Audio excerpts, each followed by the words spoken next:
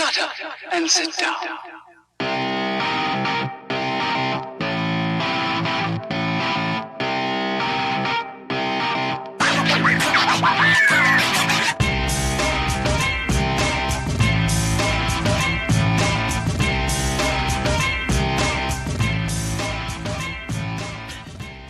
Hope you packed your hat, hope you packed your sunscreen. Welcome to Long Beach for the HJ Sportscar GP of Long Beach.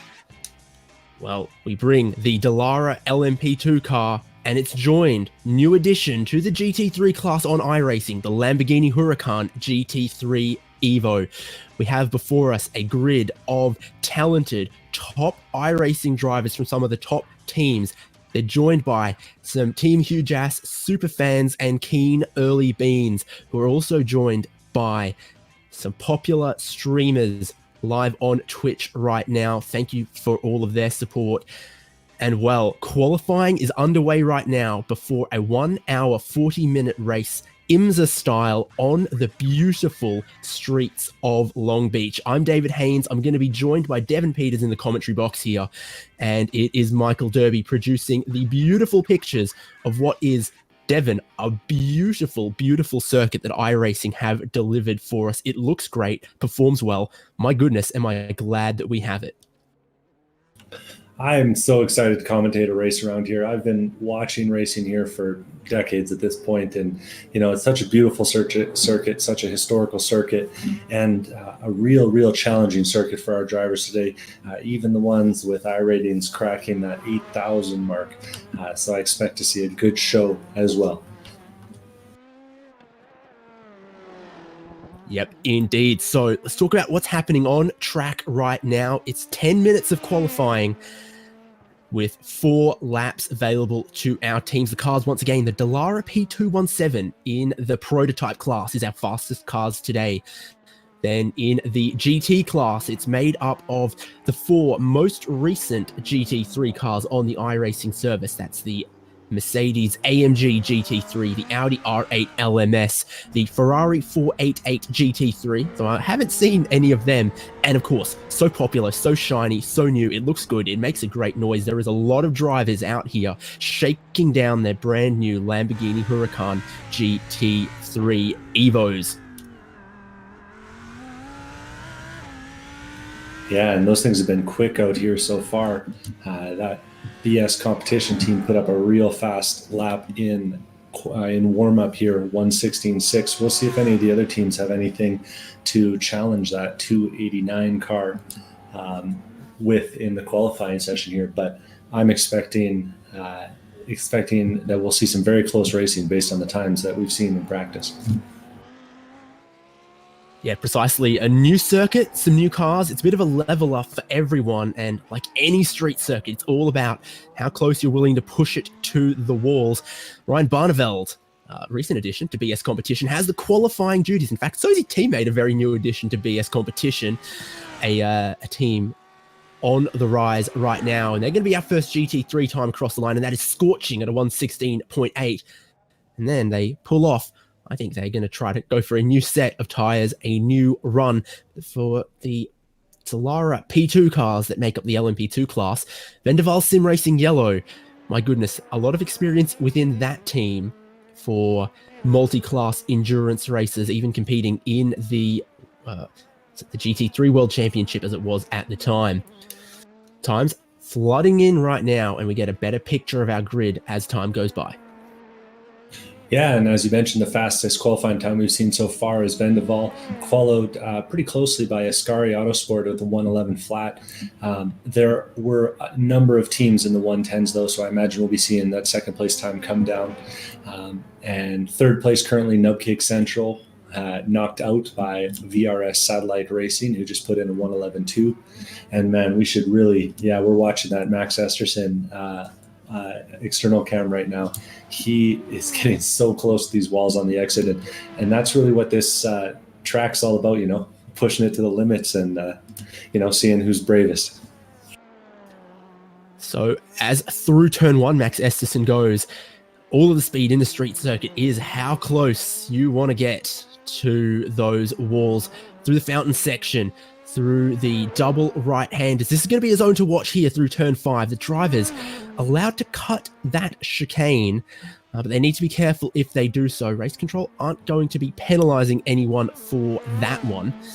And then from Fountain section further around onto the back straight here, which is also going to be potentially an overtaking opportunity towards the back end of the lap here. And of course, a place with the prototype cars are going to look to be able to clear through the GT3 cars. Traffic in the race is also going to be very, very important. Now, the car park section, double left-hander. Max Esterson rides over all of the curbs, the hairpin. Very, very distinct feature of this track. Very slow, very tight. You've got to use all the steering lock and then set the car up to punch out of that corner to the start-finish line. Is it an improvement for Max Esterson? It is, and keeps him just 2/10 clear. VRS Satellite Racing in second at the moment. That is a beautiful lap of Long Beach street course and shows how committed you've got to be, how close the concrete is at all times. Oh, and he just tagged the wall there. I think that's going to spoil this qualifying lap. But yeah, as you mentioned, VRS creeping up behind a 110.4 last time by, 110.6 for Ascari in third place, the Nutcake Central rounding out the top 4 with a 110.7. That qualifying battle in LMP2 is really heating up. Over in the GT field, BS Competition is still leading the way with Team Enrique Andre, presumably piloted by Enrique Andre, in second place with a 17.2. Geodesic Racing Black with a 17.3. And Bongleach Treats Rack, which is going to play games with us all day today, in fourth place currently, with who's running their qualifying laps over there? Well, 2 drivers in the car are Emily Jones and Jake Burton, resident Australians, both of them. I'm not sure who quite qualified there, but I think either of them would be very, very capable. And we just had a movement at the top there. That was Ascari Autosport, who took the lead for a second with a 110.033, who got beat by Vendeval Sim Racing Yellow with a 110.01, who got beat again by private label Team Hype with a 109.9. So this track is getting faster, and these guys are still pushing it. Yeah, Joshua Chin finding a bit of speed right at the end, but how close do you want for the pole? That is under a 1/10 of a second. First, second, and third in the prototype class. That is hopefully going to be a great battle for an hour, 40 minutes ahead of us at the Long Beach street course. Most of our LMP2 teams appear to have finished their laps, but the slightly slower GT3 cars, quite a few of them still out there, Empire Racing, Spectre Racing, others. And the speed difference that you can see from qualifying would suggest that the prototype cars are about 7 or 8 seconds a lap faster around here. That's a sizable speed difference, but it's not so ridiculous that they're going to be lapping the GT cars every 3 or 4 laps. I think when it comes to a speed difference between classes, that's a good one where the prototypes are going to be able to get by and get around on this street course. But it is a shorter street layout. You don't want them being so fast that they are forever lapping traffic. We're following along with Shane Keiko here in the Empire Racing Lamborghini GT3. One of the prettier paint jobs we've got on the grid. So far, he's put a 117.9 down in qualifying and hoping to find a little bit more, I'd expect, because they were a little quicker in warm-ups. Ride with him into turn 1. And you can really see that, how impressive the modeling is on this circuit.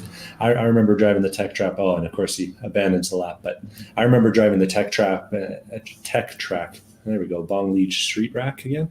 Anyway, I remember driving the Tech Track and seeing the, all the little dots for the bit mapping outside the track, and I was like, oh man, this is going to be beautiful when they finish. And sure enough, it did not disappoint. Yeah, good things come to those who wait. Some long-time iRacers have had to wait a long, long time for a completed Long Beach, but we've got it. They have done a fantastic job.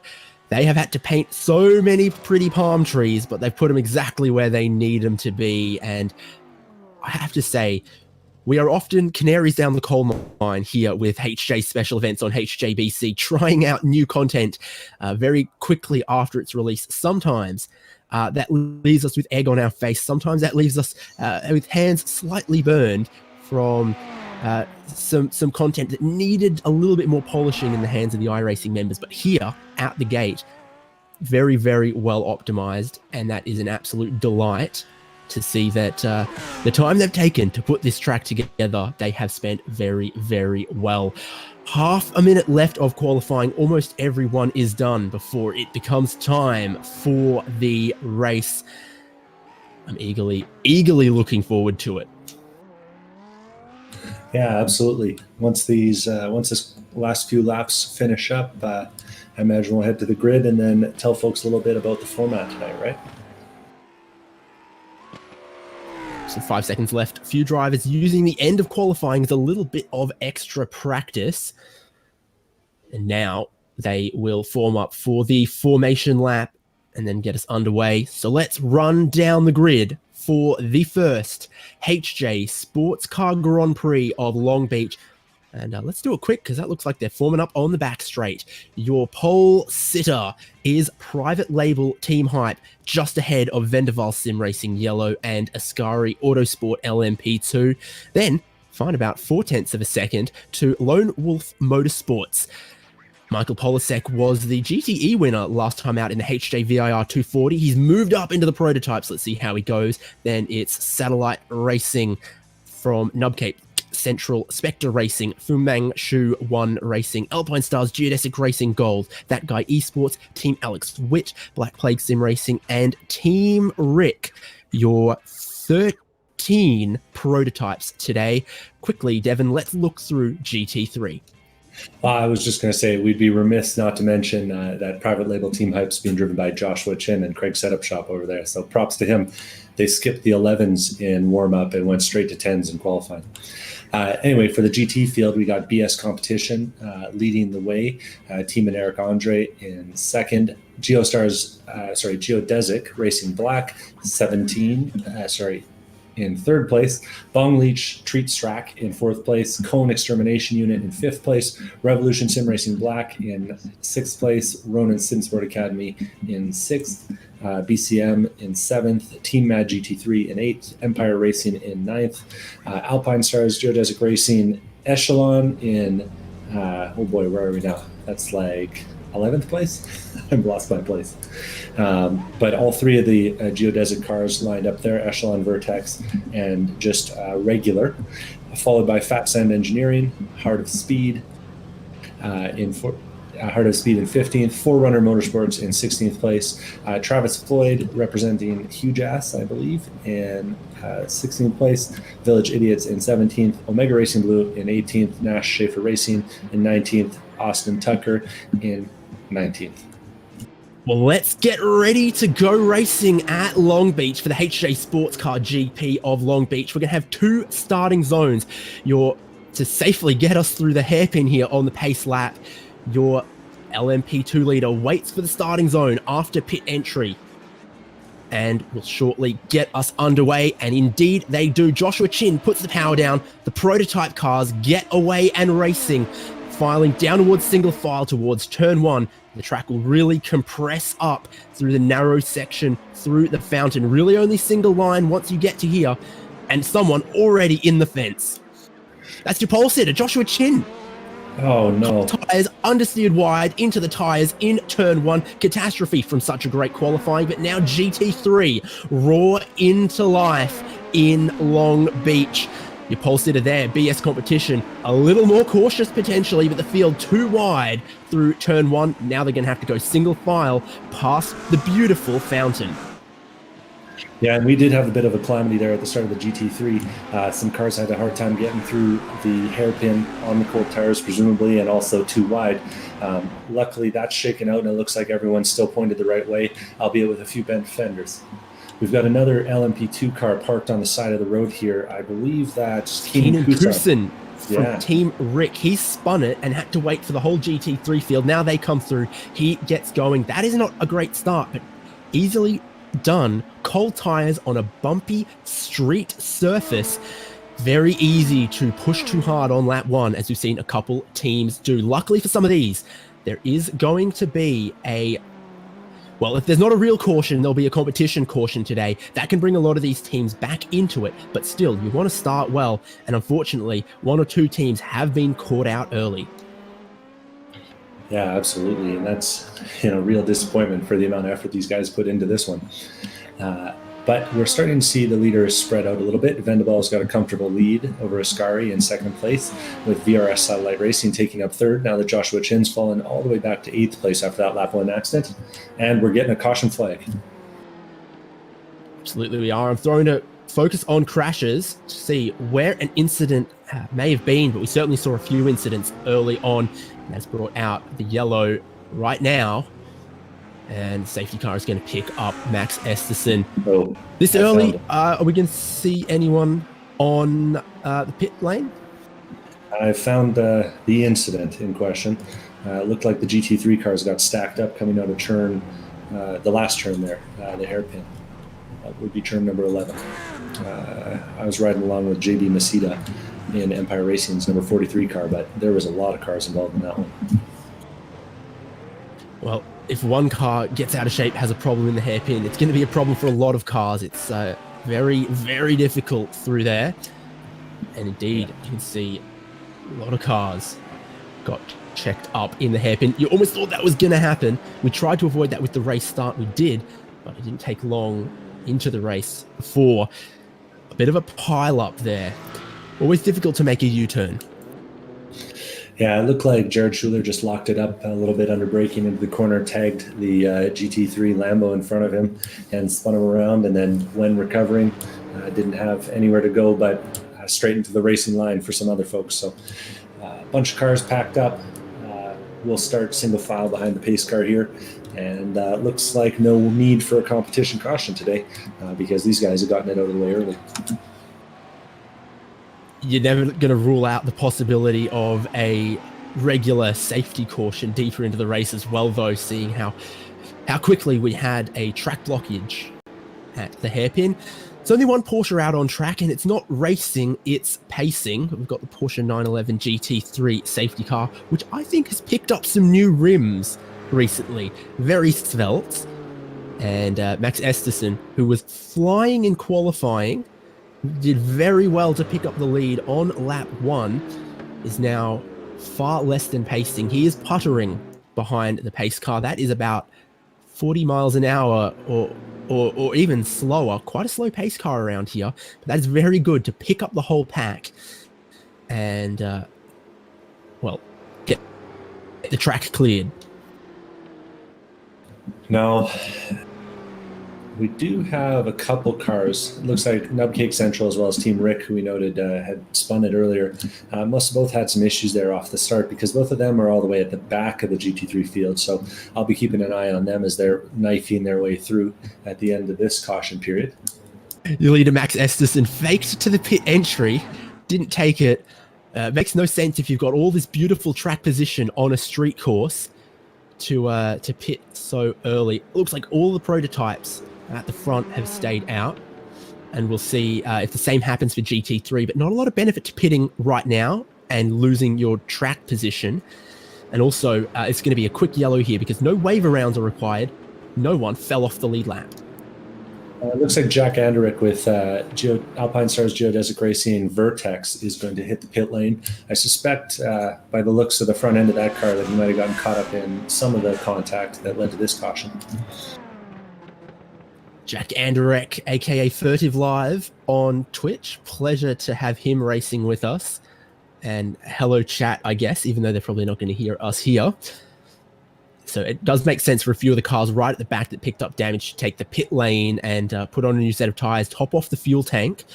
Definitely a 2-stop race at a minimum for the prototypes. GT3 cars, more capable of going an hour on their fuel tank, might 1 stop. But when the cautions do and don't come out, could very much affect that. You can foresee a potential situation where it would be beneficial to do a 2-stop if you weren't going to lose time behind the safety car.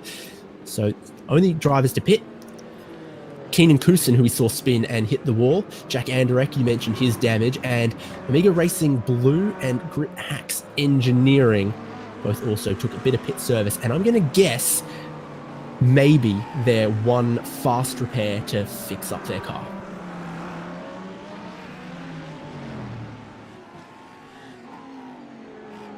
Yep, a lot of bent carbon fiber on these cars right now, on the few that were involved anyway. But hopefully that will be the end of that. And this ought to be a pretty quick caution, despite the pace car doing 40 miles an hour. And hopefully we'll be back to racing at the end of this one. Looks like the lights are out on the pace car already. I guess 40 miles an hour might be the normal speed limit on some of these roads around Long Beach. Ocean Boulevard, Shoreline Drive. I'm not sure, but you are correct. The lights are off. The safety car. And it's about to come through the hairpin, just single file for the restart, and that is very much easier than the initial race start. Forward steering on that Porsche clearly helps it through. It pulls for pit entry. Max Esterson is waiting. Now he puts the power down. We get racing again at Long Beach and hope for a cleaner restart this time. Tyres should probably be a bit warmer for everyone at this restart than they were at the initial race start. Pressure is on for second place, though, and covering the inside, Ascari Autosport, that is not going to let Satellite Racing get through, who just aren't game to force the issue this early. And a clean getaway for the GT3 field as well.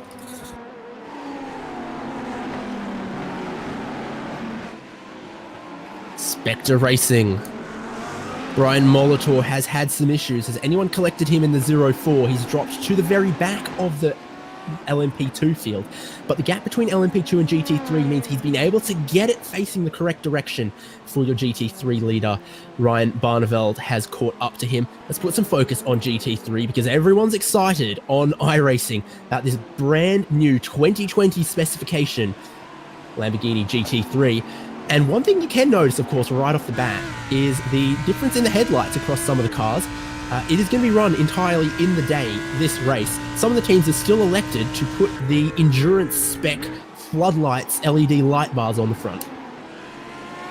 Mm-hmm. And not only do these things, they look beautiful, they sound beautiful too. I'm really enjoying the sound of these things as they come buzzing past my camera position.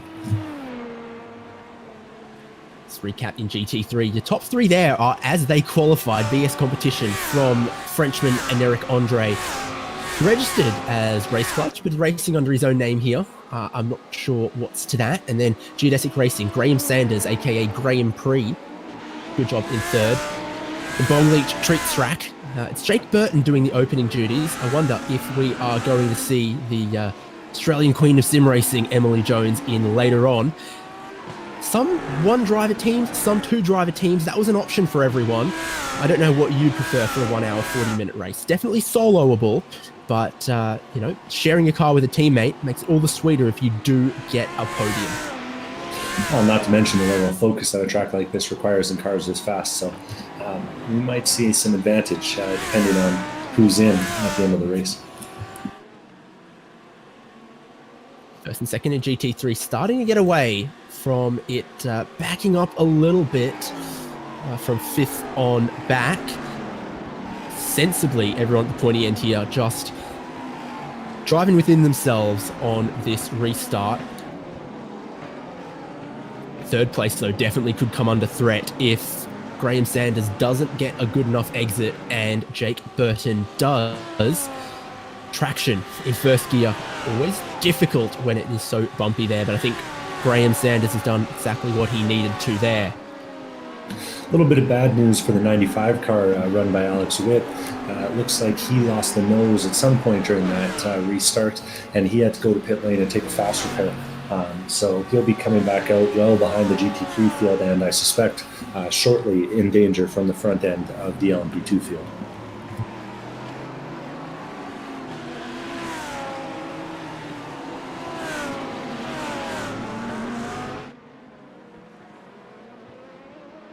Well, just been cycling through the field a little bit, keeping an eye on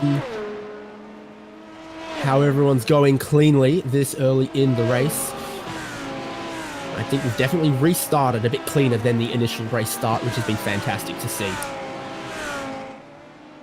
As I say that, is that Knobcake Central or someone else I've just caught in the fence? There was a Lamborghini understeered wide at turn 6.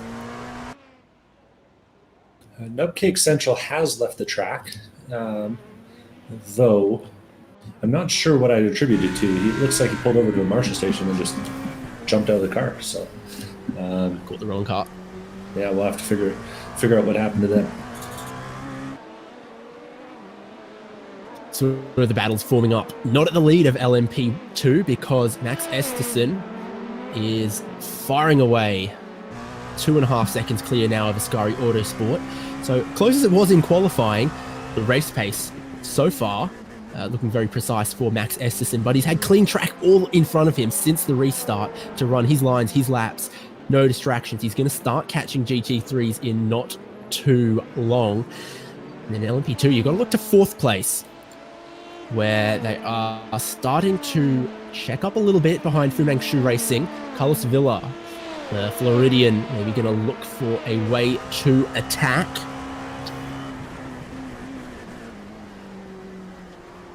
He's deep on the brakes into turn 1, but not close enough to make a move. I think passing is all going to come down to your opposition making a mistake either out of the hairpin or onto sort of what you would consider the backstretch. I'm not going to lie. As much as I'm enjoying that LMP2 battle, I'm enjoying Team Rick and Keenan Kuthon driving through the GT3 field right now. Got a feel for the guy after that early incident, but he's making some moves on Shoreline Drive as he heads down towards turn 1, and he's been slicing and dicing his way through this field, making relatively quick work of the field, considering it's such a hard place to pass. Well, he's got about 100 horsepower extra, and he's a couple 100 kilos lighter, but this does give us a very interesting taste of what it's going to look like when your overall leader starts having to work through more GT3 cars. The 21 is around in the background there and helped a little bit by someone else. So Bruno Canero, the young Brazilian, having some struggles there at turn 5. Not sure what caused that. Looked to me like it was the number 127 car of Gabriel Erdeli, who was lining up to take the shortcut, but took it a little faster than the BCM car that got spun around. And he, unfortunately for him, is probably going to receive a penalty from race control. It's my understanding that anyone taking the shortcut is responsible for making sure that they take it cleanly today.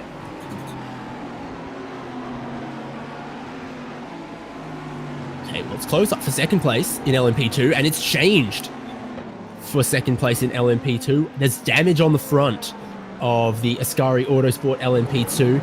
Alexandra Vincius de Burrito might have found a little bit of the wall somewhere coming past some GT3 cars, which your leader Max Esterson is now also doing. In fact, he is going to have to dive onto pit lane from Ascari Autosport. So that is an early stop, 15 minutes into the race, but knowing that this is at minimum going to be a 2-stop race for these prototypes, you might still be able to come back from that one.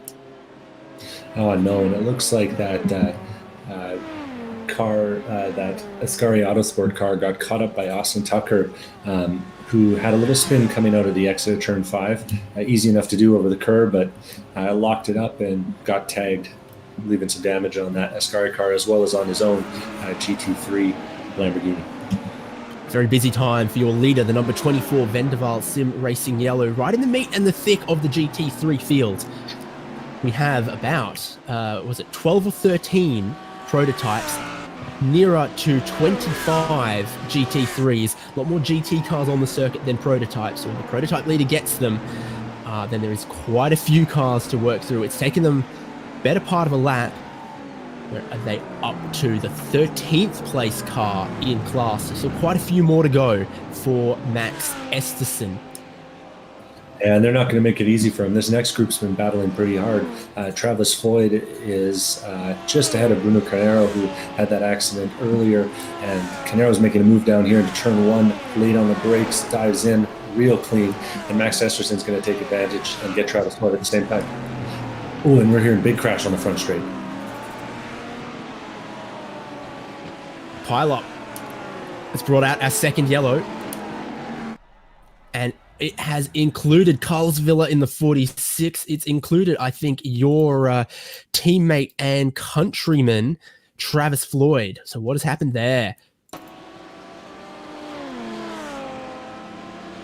Oh, there's been contact between Carlos Villa and that is private label Team Height. The LMP2 cars trying to battle each other as they've tried to catch the Lamborghini GT3, which has ended up stuck in the fence and had to tow. And that is, a battle in class, catching some lapsed traffic. Late move saw some contact, and unfortunately, Travis Floyd entirely innocent there. And that's a real heartbreaker. And a hard hit, too. Wow. Put a lot of damage on the Alpine Stars Geodesic Racing 46 as well, when the contact was made there. This one is going to be a slightly more difficult caution, I have to imagine, because you remember the prototype leaders were just halfway through lapping the GT3 field. This is a caution where more teams are going to be tempted to pit. It's also going to be a caution where race control are going to need an extra minute or so just to untangle the class leaders, the overall leaders, especially as and when people pit. Thankfully, what a cautious little pace car speed we've got that might help race control work through that. Second caution of the day here in the HJ Sportscar GP of Long Beach. Well, yellows don't quite breed yellows. That's not what we've seen, but the lapping procedure has bred yellows on a street course. You felt it was inevitable that at least one caution would happen today. This is our second 20 minutes into the race. And it's a real tough break for all the cars in the GT3 field that had been lapped already. We'll have to see what the leader decides to do, or what most of the LMP2 field decides to do, because otherwise these GT3 cars are going to be stuck off cycle and lapped down. It doesn't matter if the GT3 cars and the GT3 field as a whole go a lap down to the prototypes. It's all about, does anyone who was, in a battle in GT3 end up separated off a lap from their class leader that they shouldn't have been, but it will all shake out in the wash once they pit. And interestingly, there is 2 pit entries here at Long Beach.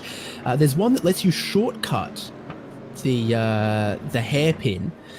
You pick up a penalty for taking that in the race, though. It's sort of an alternative entry to the paddock. Some people have tested it. It's a small penalty for taking it, though. Presumably, might be next time around that the pit lane opens, because the pace car has just packed up our whole field. No one is going for pit entry just yet.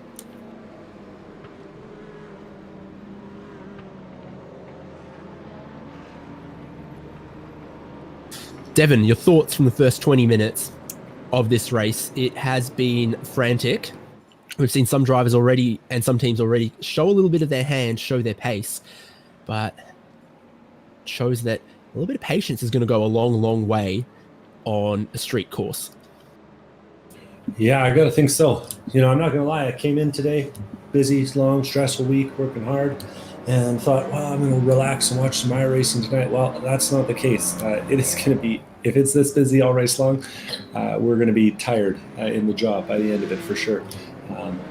Lots of exciting passing, especially between the classes, and this combo is a handful, especially to learn your way around a GT3 car. I mean, it's not the first time any of these guys have driven one, but it certainly might be the first few times that some of them have driven them. Looks like, though, we're starting to get our first wave rounds. I've just seen the Heart of Speed car, piloted by Richard Stiles, go flying past the pace car, and I got to think that the GT3 cars are going to start to get waved by in bulk here. So looks like race control is going to handle that split, and we'll see. Yeah, and sure enough, the yellow has been extended. So we'll see what that ends up shaking up, but hopefully that means that no battles will be disrupted by the end of this all. And you know what? We're lucky enough that we'll probably get to see the LMP2 field come through again. Yeah, we've got to look for your GT3 leader, Ryan Barneveld, and where he is on track, where he is in the pack. All the GT3 cars that are in front of him definitely going to need to get waived by the pace car, and there is quite a few, because you remember that the leader, Max Esterson, had lapped about 10, 12 cars with about 12 more to go in GT3. It's near perfectly split the GT3 field in twain, and so about half that field needs to get waved around. That's happening right now with Zach Price, with Bradley Wingard in the Nash Schaefer Racing Lamborghini. Shane Cameron for Team Village Idiots. I don't know if he's made a Village Idiot of himself just yet. We've seen him do it before. The track is a little bit blocked behind safety car at the hairpin. Cleared itself up now.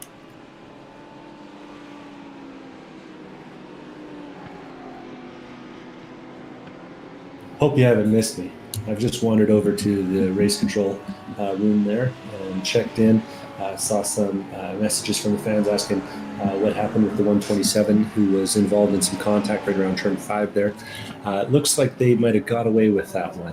In the chaos of all this that shook out right afterwards, race control didn't catch them. But we'll keep an eye out for that, and keep an eye out for any other contact around that corner, because that is a very significant difference in line depending on which car is taking which one.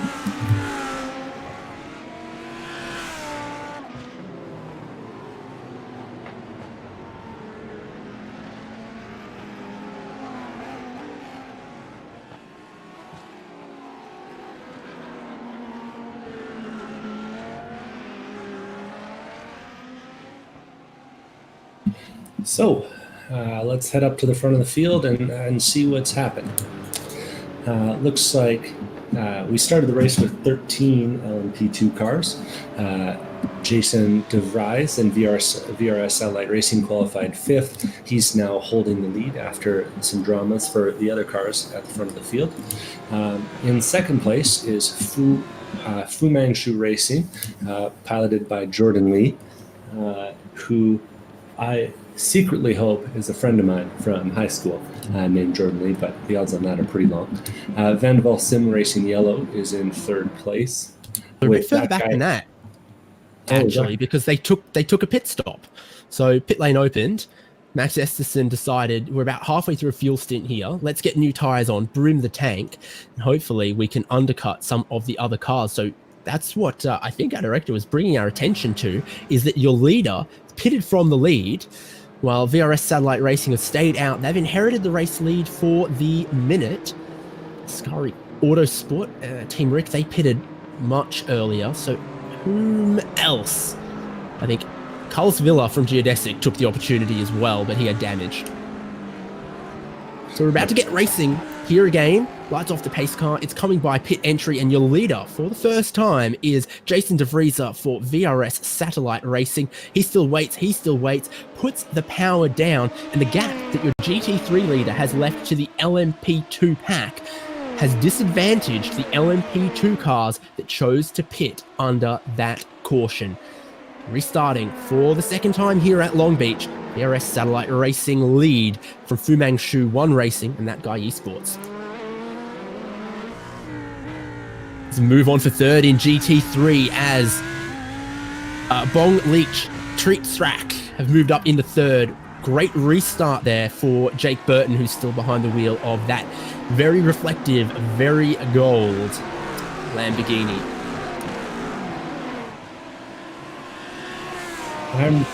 I'm riding along with the Alpine Stars Geodesic Racing Gold car, who just took a very exciting line through turn number 5 there. He's in a tight battle with Lone Wolf Motorsports, Michael Polasek, previous winner of an HJ event. But the two of them are having to fight through this entire GT3 field, like you mentioned, losing out on that restart. And they are making quick work of them, but it is exciting times trying to hold your position with a whole field of Lamborghinis in the way. It's fun to drive these Lamborghinis. We're a little bit away from the Hollywood Hills, but Villa trying to take some lines through the hairpin that will let him get a good exit. But you really can't dive bomb. Even from a P2, you can't really go down the inside there on a GT3 because your narrow entry will mean you don't have enough steering angle.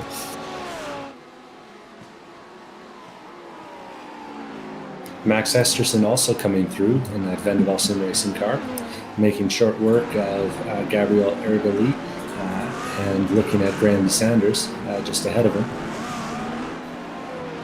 as they come around the fountain. Yeah, so driver who led quite a few laps, really was breaking away at the lead. A lot of speed for Max Esterson, but then he's pitted himself deeper into the pack. Bit of traffic to deal with. Only 3 more GT3 cars in front of him before he can use that Dallara to its full force that we know he's very, very good at.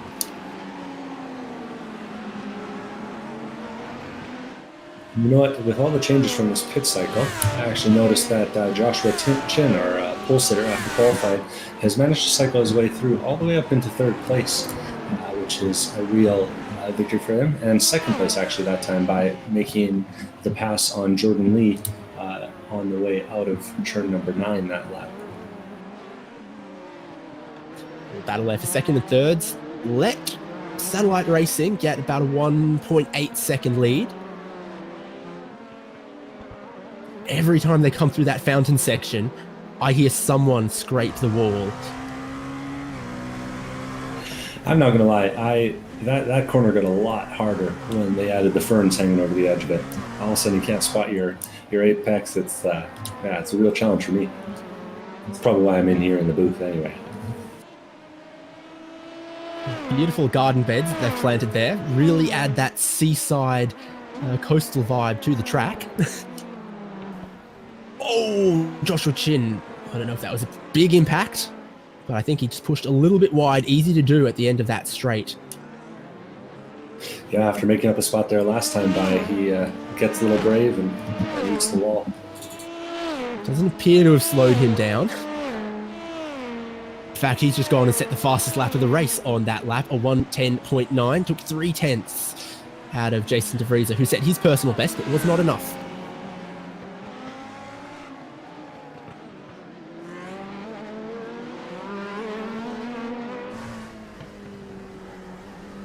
Ooh, and a little bit of drama on the exit of the hairpin there that time. It looks like Carlos Villa in that Lone Wolf Motorsports 747. He's in the Alpine Star Geodesic Racing Gold. Got together with Mike Blasek in that Lone Wolf Motorsports 747. That's 2 laps in a row that Michael's tried to make the move down the inside of the hairpin, and 2 laps in a row that it hasn't worked out. And he's clouted the exit of turn 1 there at time by 2. Luckily, that's a tire wall. We'll see if that damage is going to come back to haunt him. Well, Pawasek has a fire right up his proverbial at the moment, because there's Max Esterson, early pit stop, deep in traffic, needs to keep moving forward if he's going to reclaim the race lead deeper into this race and maybe take the race win. How is he going to set up a move on the Lone Wolf? Onto that sort of turn 9 section there, back of the lap. Plastic gets in pretty hot. Esterson realizes he needs to just set up a perfect exit off the hairpin here. Wide entry, late apex, first gear for everyone here. Trying to put the power down, and I think Esterson has been pretty clean, pretty clinical with that. Is he going to get enough of a slipstream, get close enough to attempt a move down to turn 1? Probably the best passing spot, but I worry, is he just a teeny car length too far back? He's going to look, he's going to weave, he's going to get deep on the brakes, but it's not going to be enough. He is just doing the only thing you can do on a street course like this. Keep the pressure on, light a fire up their rear diffuser.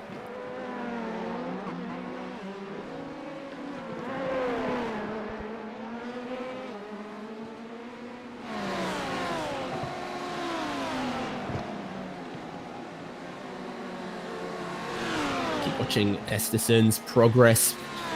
Critical to him, critical to the race, and also critical to how can you pass a car in class that is a little bit slower than you but isn't making any mistakes. It's critical to get the drive off just 2 corners around this lap. The corner leading onto the back straight and of course out of the hairpin. Esterson's going to try again. He's on a better line once again. Doesn't bounce quite so hard off the apex curb. But how tall is his first gear? How good is his traction control setting? And how good is the feeling underneath his right boot? No better than a lap ago, I would say. Yeah, Plastic really seems to get a run out of that corner, which is impressive to me given how well Max Esterson's car looks to be handling. That thing just barely breaks loose right after the apex on every corner, and it looks so nice to drive, especially the way he's throwing it around this course. Right up on the bumper now. Here. That's where Esterson excels, isn't it? He's going to try to put the pressure on. Can he switch back to the inside? He can. He will. He'll look. And he's very confident on the brakes down the inside here. A little squeeze on Plastic, but he's through. I would suggest, we've seen how sensitive some of the aerodynamic settings can be on this car. You can load on a heap of downforce, go quick through the corners, or you can trim it out and be fast in a straight line. I think Plastic might have a low downforce setup, makes him difficult to pass down the pit straight and towards turn 1, but is not helping his speed everywhere else on the lap. Max Esterson's getting hold of Cameron in the Team Bill Juliet's car there. That might affect his run, but it looked like it got Plastic worse that time. We'll see if Plastic's able to make the slipstream work any better than it did for Max Esterson. Keep my eyes on the data, on the speed. Only just a tiny bit quicker at the end of the straight there for Plastic. Next car up for Esterson is going to be Carlos Villa. Great treatment from the 21st place GT3 there.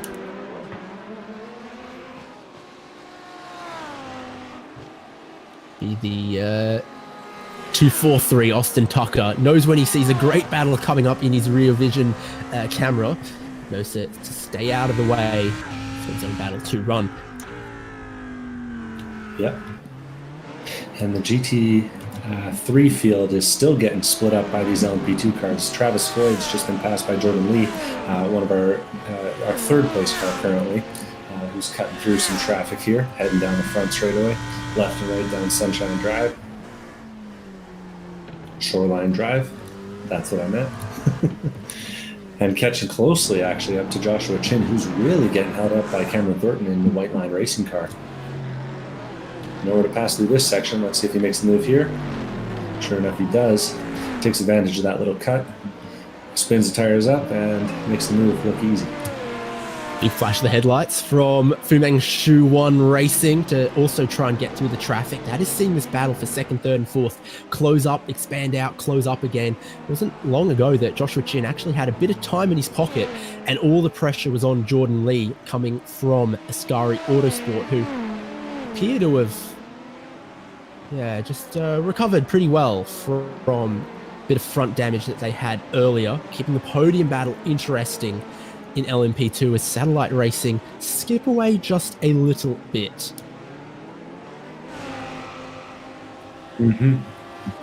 They've certainly made good use of that position out front. Got a 2-second gap in their favor on the first couple laps there, and by the time they reach the traffic, they've been able to hold that up. Looks like Jason Price is coming up on some lap traffic out here. Not sure if he'll be able to make it through as easily as he has before, because the two of them are glued together. It's John Derrick and Bruno Canero.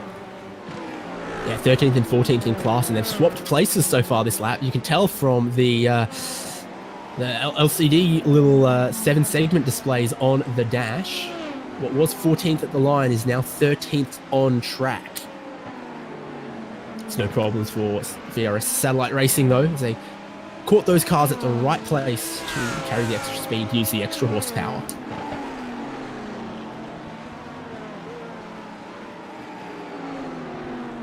And Jordan Lee and Alexander Vinicius are still racing hard here for third and fourth place, heading down into the hairpin. Ascari Autosport's in a great position, take a wide entry. Is that going to let them pick the power up earlier? Joshua Chin also got balked by this little GT3 battle we've been watching now. Down the long Shoreline Drive, he's able to get past with ease and breeze through. Huge straight line speed from Fumeng Shu 1 Racing, though. It's Joshua Chin under pressure. I really think we're starting to see some differences in the setup. And is that a place you can pass through the fountain section? Alexandra Vincius de Brito has realized, no, even with a very compliant GT3, you cannot go too wide through that fountain. Max Esterson, was just about to try it out as he came up behind Travis Floyd in that huge-ass livery Lamborghini. He wanted to make a move through the fountain. He's going to have to do it into 5 here. Does it quite easily and makes that move cleanly, albeit with a little bit of hard stopping, I'm sure, for the GT3 cars around him. So now he's worked his way through all the traffic once, gotten clear of the GT3 leader, and now a bit of clear space in front of him. Max Esterson is only 21 seconds off the overall leader in satellite racing. He's got fresher tyres. He's carried a bit more fuel that is going to maybe save some of his pit stop time a little bit later in the race. So I'm not sure what tweaks might have been made to the fueling rate on this LMP2. That's one to keep a watchful eye on. But the fact that he's got a pit stop under his belt, he's only 20 seconds off the leader who hasn't pitted. Well, it's not all gone down the drain for Max Esterson. Certainly not. And even Keenan Kusan, who's caught in that early wreck and had to park it for the GT3 field, the 94 car, in purple and red livery here, he has a pit stop as well in his back pocket, albeit one on the third lap, that has only put him 11 seconds behind the leader. So a couple guys off cycle already as we go into this race. Want to shine some love on GT3, third in class. It's shining already all by itself there. Jake Burton bouncing across the divider right at the apex of the hairpin. Doesn't get a great exit compared to Graham Sanders. Lambo versus Lambo, and it's the Alpine Stars geodesic car for Graham Sanders that is tucked right in the draft. No defense yet from Jake Burton. Sanders looks but realizes he's not close enough, not willing to push the issue just yet. But he got a great run and definitely looked like he picked up just a little bit of slipstream.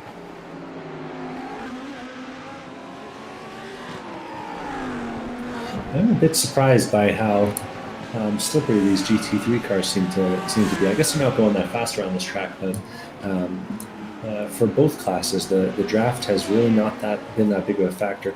Probably helped by the fact that we have a very calm day here at Long Beach. Usually a course that is known to have some wind, basically 0 mile per hour wind out there today.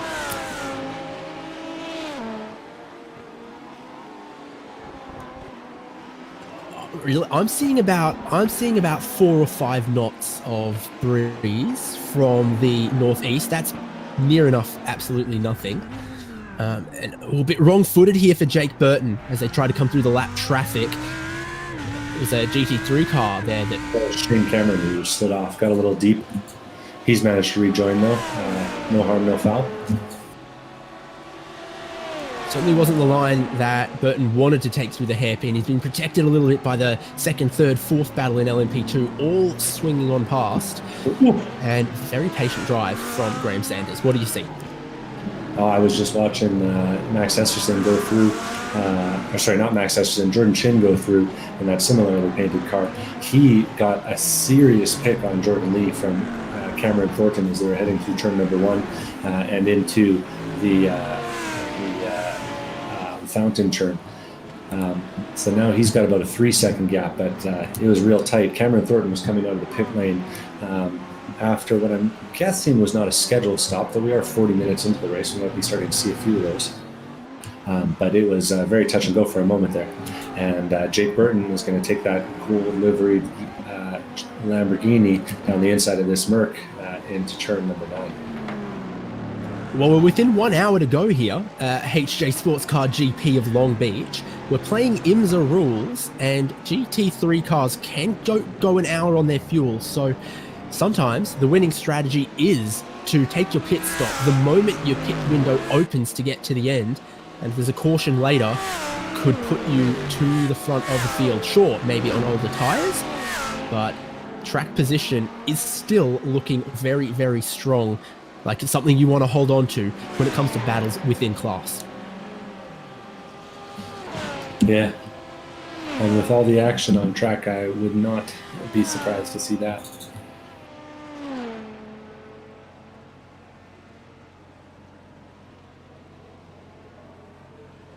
Looking in the pit lane currently, it looks like we've got Jared Schuler.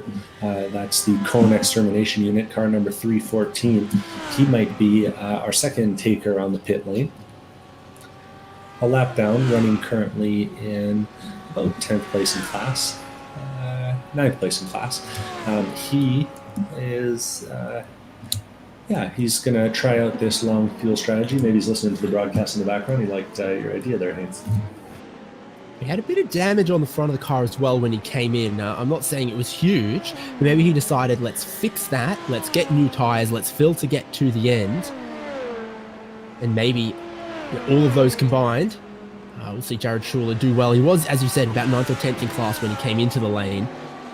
Obviously dropped back a bit, but nothing ventured, nothing gained. If it's green from here until the end, he'll hopefully still cycle out roundabout where he was. If there is a caution before any of his rivals have to pit, and it could fall in his favor. Yeah, he has certainly put himself at risk, though, because he is now a lap down from that BS competition racing car that has really taken a stranglehold on this race so far. Got at least a 10-second gap back to second place in the GT3 field.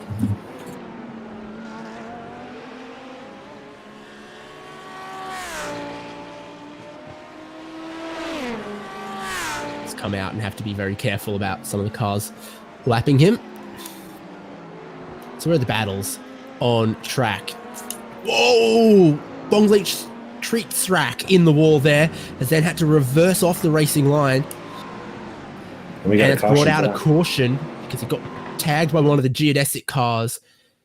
Well, we know who this favors in GT3 for sure. But that was a long, long wait there for Jake Burton before he could get off the racing line, get out of the way. Third caution of the day, and thankfully we can get through these pretty quickly. That's a real shame, too. Michael Plasek made a very ambitious move up the inside there. Long way off the wall, and put it in real deep. I doubt that the Bongleach Street Track car even saw that coming. Yeah, regrettably, on first viewing, that definitely looks on the prototype there. Who's the other? Graham Sanders, who also then had nowhere to go. I wonder if he's got much damage on the front of his car. He does got a bit of damage on that Lamborghini from not sideswiping, near T-boning Bongleach Street Track.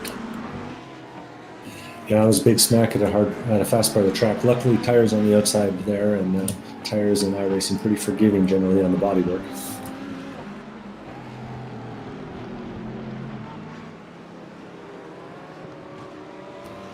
Pace car is racing around the field, though, as it tries to catch up to the leader.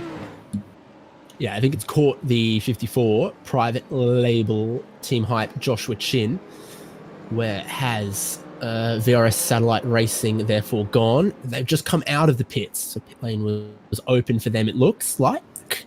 Yeah, Jason DeVries dived down right away in that VRS Satellite car, so he's going to be rejoining actually right behind the I'm going to try it out, Bongleach Street Rack, who almost did it, car. So about halfway down the GT3 field after all that shakes out. So he's taking the shot at his pit stop. What's the fuel window like on these LMP2s? I would have said about 40 minutes of green flag racing around here. Bear in mind, in that first bit of the race, we had 2 cautions, but it should be right about now, 45 minutes into the race, after a little bit of caution, about when prototypes would want to pit anyway. So Joshua Chin from the lead is going to do that. He's going to be followed by Ascari. He's going to be followed by Fu Mangxu. I think almost everyone in prototype wants to pit now. I'm going to guess that the GT3s who can get to the end from here are going to want to do likewise. But if it's green to the end from here, these prototypes are going to need one more splash and dash.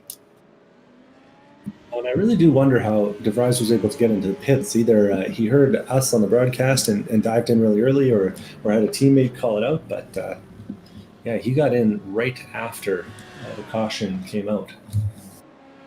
No tires for Ascari. Interesting to see. Joshua Chin and the private label team hype are going to take some. Chen and Plastic are going long on fuel here, so they're definitely topping it all the way to the brim. Well, remember, these prototypes do fuel and then they take tires. The fuel is going in very, very quickly. The tires take quite a bit longer. So the teams that went fuel only have quite a handful of track position, but they've got some guys behind them who are going to have fresh tires, and drivers who don't have to put those fresh tires on and immediately get into the race. They're going to have a lap or two behind caution to bring just a little bit more temperature into them as well. This is how you'd want to start off with a new set of tires. Certainly going to need him, though. Taking that tire stop has put those cars a long way towards the back of the field. So in prototype, everyone has taken at least one pit stop in this race. Vendaval Sim Racing Yellow stayed out, re-inherited the lead, and if they can go long enough from here to get to 40 minutes to go, which I think they can, I absolutely think they can, then they're going to get to the end with one more stop, just like everyone else, but they're at the front. So the safety car has done well for Max Esterson and Vendaval Sim Racing Yellow. In GT3, it's a bit more muddled. It's a bit more confused. BS Competition have stayed out, but almost everyone else in GT3 has pitted. And Eric Andre has pitted. Ronan SimSport have pitted. Geodesic Car has pitted. Jack Anderex pitted there. Bongleach, Treat, Srack, of course, have pitted. They had quite a lot of damage, and they're going to be thankful for that fast repair. You're welcome. Driver change there, though, for Jake Burton. Unfortunately, his last lap has not been a sweet one. Then he's handed over a clean car to Emily Jones.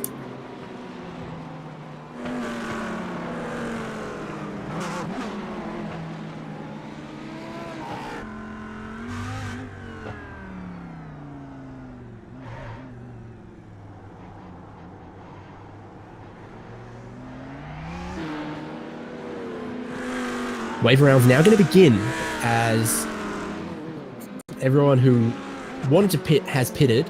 Now race control untangles the web that the pit stops and lapping had produced.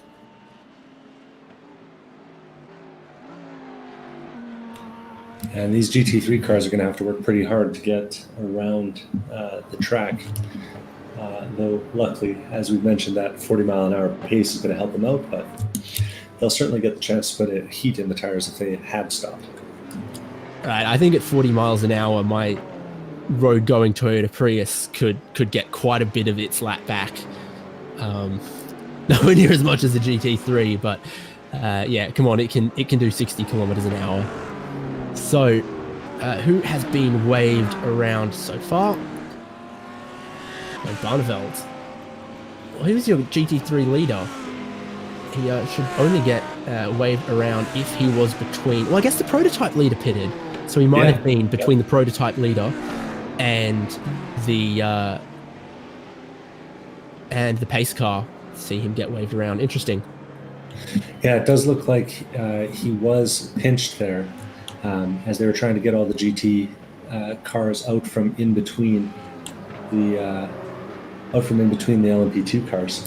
And yeah, sure enough, he's going to be going all the way around, getting the benefit of the wave round there.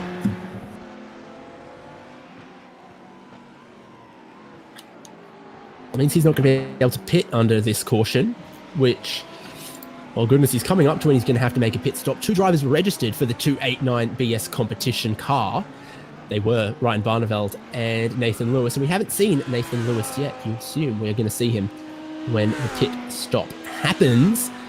I'm joined again by Devin Peters. Have you learned anything?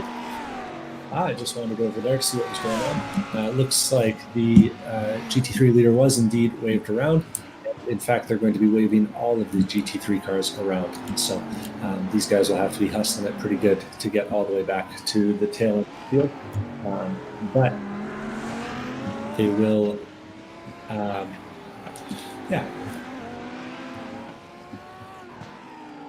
Yeah, I think that's just the race control sort of sorting things out. I think they'll arrive at the tail end of the field and then get longest lines and start from behind the LMPs. Might have been a little bit of a whoopsie at race control there. BS competition got waved around the pace car, but they were not off the lead lap to the prototype leader. So that's elevated them into the lead. Let's see how that one gets gets fixed. It's hard work being over in that race control room, so I don't envy him. Next big content drop needs to give us some tools for race control. That's my vote.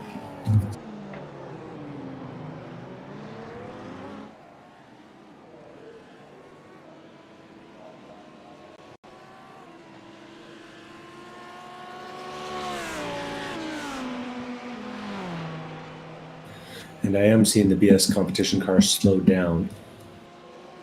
So, yeah, it looks like he's getting sent to the end of the line, and yeah, they're going to get this all sorted out.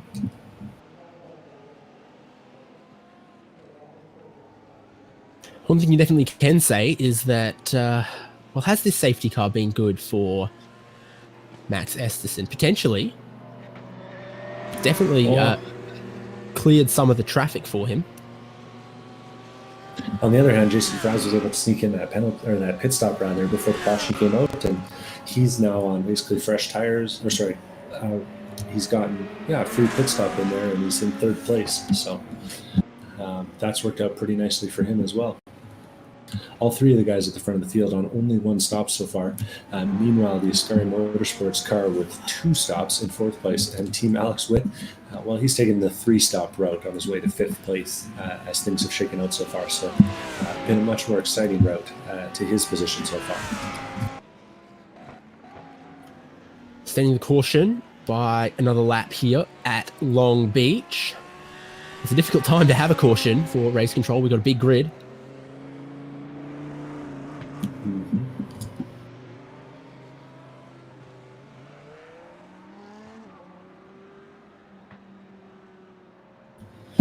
And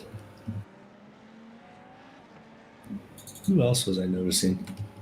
The BCM car, piloted by Bruno Canero, has, I think, made up a few spots under that last little green flag section he had there.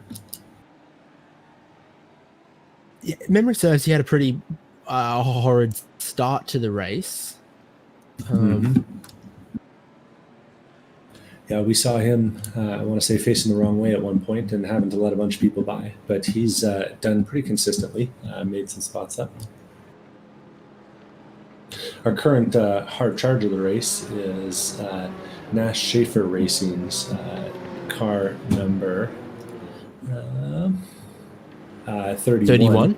Yeah, who came from 33rd place on the grid all the way up to 17th overall, and looks like about 6th in class. So been a pretty successful little run for those guys.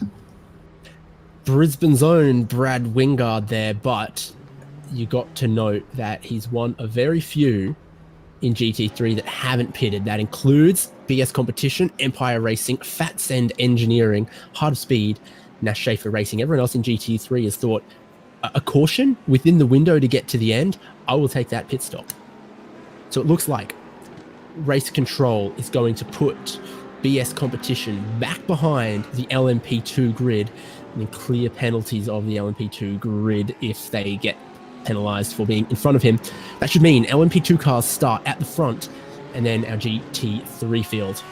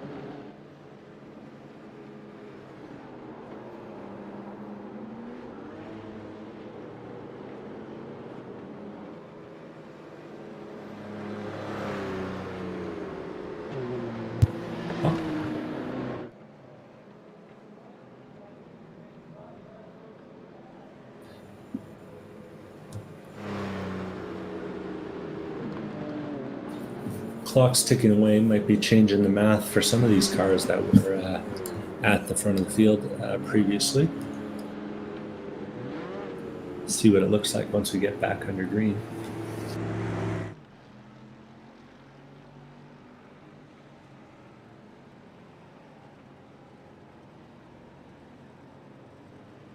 Race control with difficult task of placing the cars precisely where they need to go.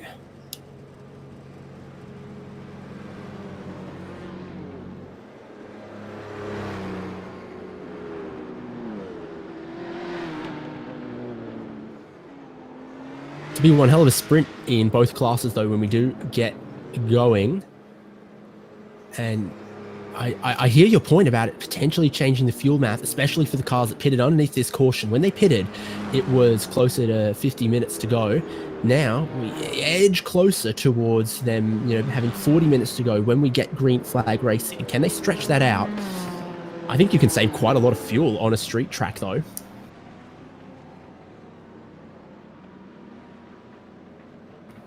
Yeah, and it's, they're definitely probably saving some fuel around here.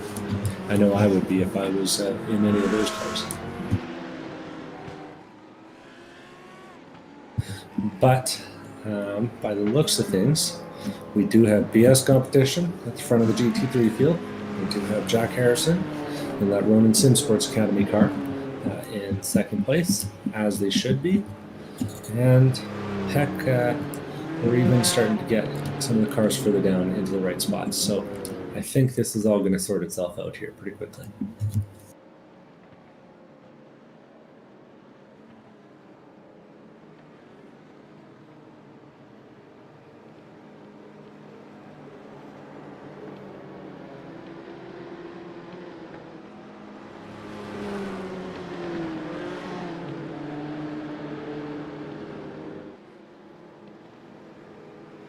Let's have a look down the field then, check in with some of the drivers, some of the teams we've got, because it's very, very heartened to see the entry list that we had for this one.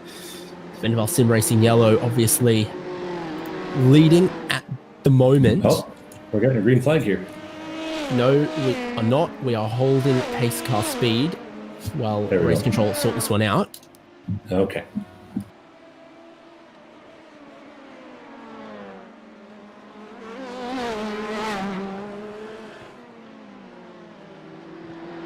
So the 24 car, we thought we may be going to see Juani Lopez. There's still one more pit stop left for them. So it looks like they just temporarily moved to green so that they could sort all the positions out with everyone in the right spot. So this will be right, and that Alpine Stars Geodesic Racing Echelon car that had kind of gone rogue is going to get put into its spot back in the line.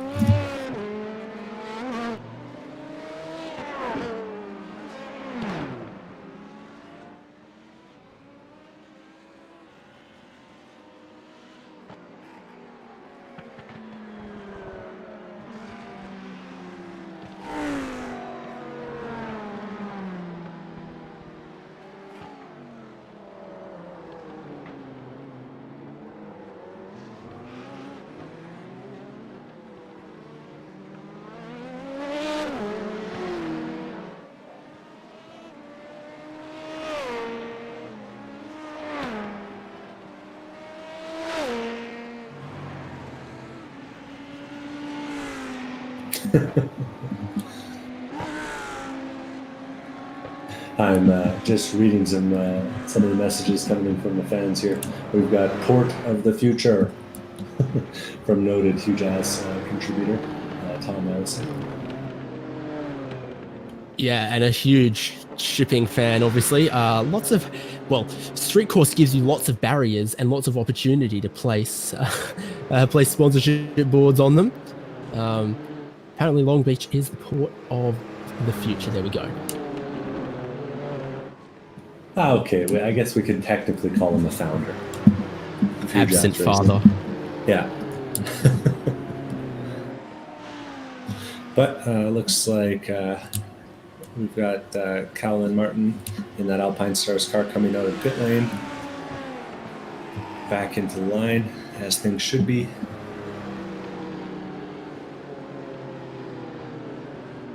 Order looks like it may have been restored here at Long Beach. Delightful to see, which means Max Esterson is leading the field, scored the leader of the field at the very tippy top. Behind him, Carlos Villa pitted about the same lap as him that was the second caution of the race, so fuel should be similar between the first two cars in the train. Behind them, VRS Satellite Racing pitted at the very start of this caution. The 89 car will be carrying more fuel. Big question mark, can they get to the end? First and second definitely need a pit stop. Third, it's going to need less fuel. Maybe they can eke that one out to the end. In GT3, BS Competition is the leader, but they haven't pitted. Behind them, Ronin SimSport Academy should have fuel to get to the end. And then Kellen Martin in Alpine Stars Geodesic Racing 32. I think he's got fuel to get to the end as well. So that's the shape of both of your classes, best we can tell. Maybe it's going to be one last lap of pacing. This is what California traffic is like. I think this is flowing too freely for California and LA traffic. Certainly the drivers, as am I, probably eager to get a green flag in the air shortly at the end of this caution. BS Competition, your leader on the pit lane. Well, and same goes for the leader of the LMP2 class. Max Esterson in that Vendaval Sim Racing car has decided to hit the pit lane here at the end of this caution too. So as predicted, the length of this caution is going to change the fuel calculation for some.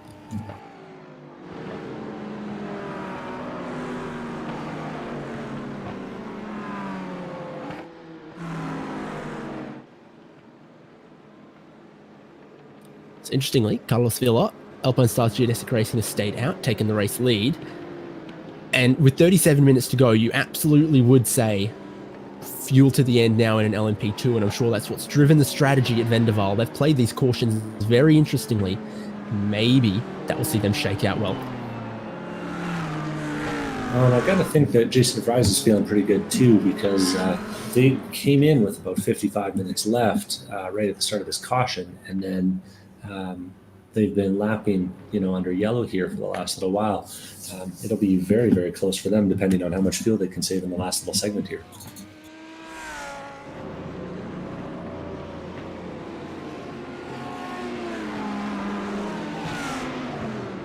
So a couple of wave rounds now happening as we properly sort out the field. And Nathan Lewis has actually gotten into that BS racing car as well. So they've done a driver swap at this time too. Yeah, did flag. We were likely going to see that one. So what was your pole sitter? What was for quite a long time your race leader? Made their pit stop now. And Ryan Barneveld handed the car to Nathan Lewis. Where do they find themselves in GT3 now? Presumably. I think right at the back. 11th in class. So that would be a lot of work for them to do. Mm-hmm. And Barneveld did seem to have a little bit more pace than his teammate. So we'll see what comes out in the second half here.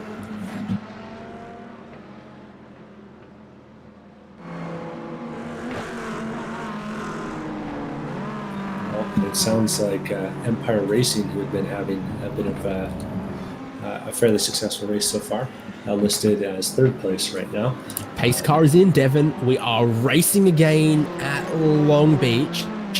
Looks like Carlos Villa will hold the field.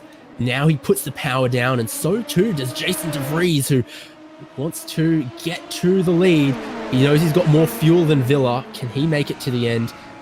At a minimum, he's in a better strategy position. Joshua Chin, Alexander Vinicius, De Brito join them as well, and it's side by side into turn one. Joshua Chin forces his way up into second. DeVries was maybe looking at the lead, and he should have been looking at third place, because that's where he is now. Oh, and Joshua Chin's gone wide, slid out, tapped the wall, and that stacked him up. And now we've got DeVries going around too. He got hit by, that looks like the Ascari Autosport car piloted by Alexandre Brito.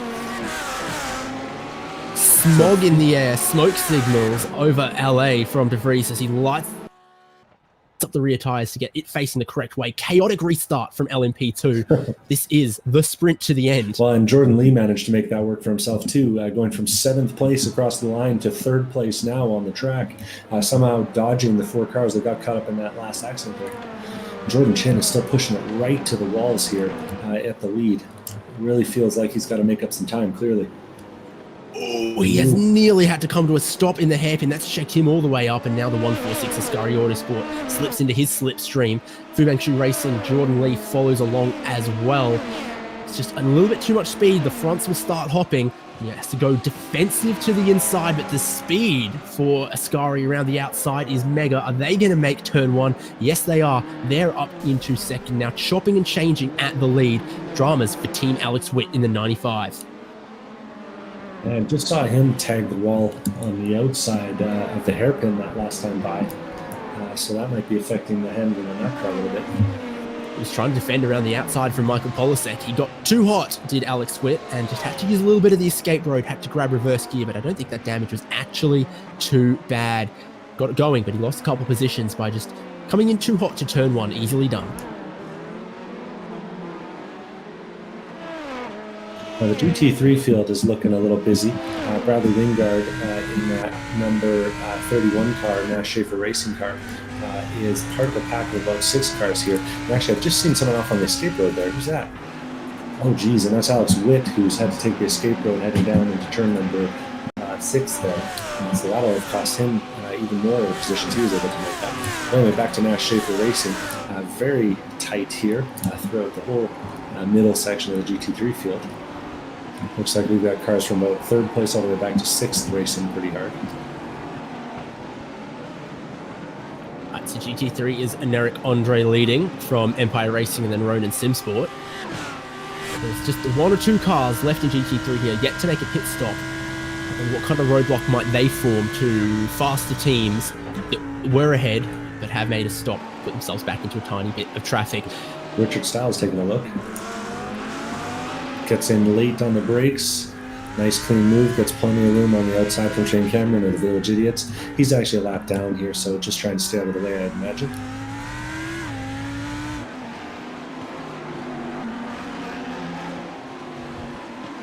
Hectic now with 32 minutes to go from Long Beach.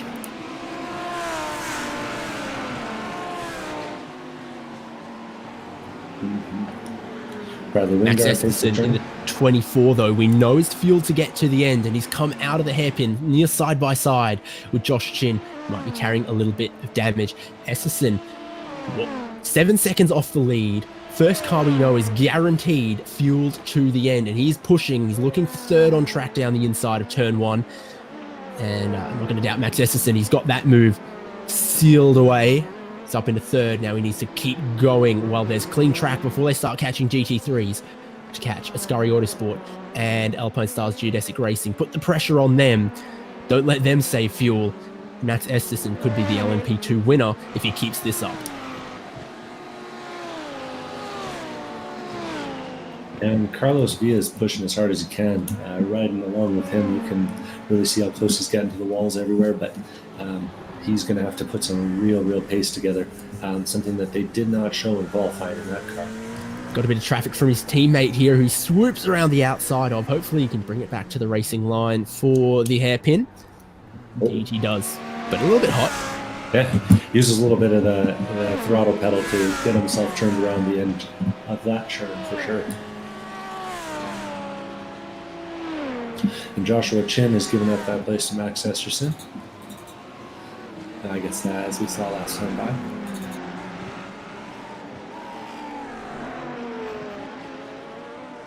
Yeah, absolutely pressing on. What was the lap time there? 1:10.9 from Max Esterson, and that included him having to pass Josh Chin. So he matched 1st and 2nd pretty much. I think this lap is going to be full speed, full push. It's going to try to catch all the way up to Ascari Autosport and then the leader, Alpine Stars Geodesic Racing. But they are, as seems to happen very quickly on these street courses, starting to catch a couple of GT3s. Mm-hmm. And they're not the only ones. Enrique Andre, our leader in the GT3 class, is actually catching up to some of his compatriots, Jake Johansson and Jared Schuler, who are both a lap down. It'll be interesting to see what he can do, same class, if he's able to get by these guys cleanly or if they're going to hold him up. Gets a nice run out of 5 there and gets some room too, so makes quick work of Johansson. Next up's the Cone Extermination Unit.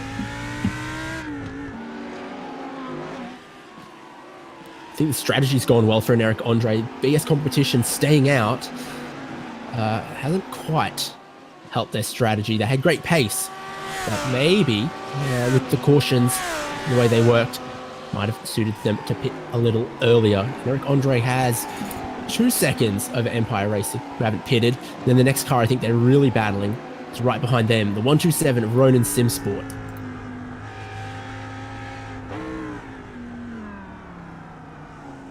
And the hairpin, Ronan slide the tail out and try to put the power down. They're not close enough to Empire at the moment.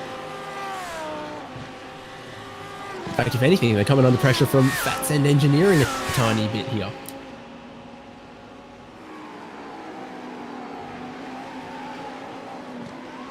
It's turn 1, Fats End. Don't follow their namesake. They did have just a little bit of a peak. Whoa, too hot in the fountain section behind a slow Empire Racing. Sees Jack Harrison have to make avoiding action.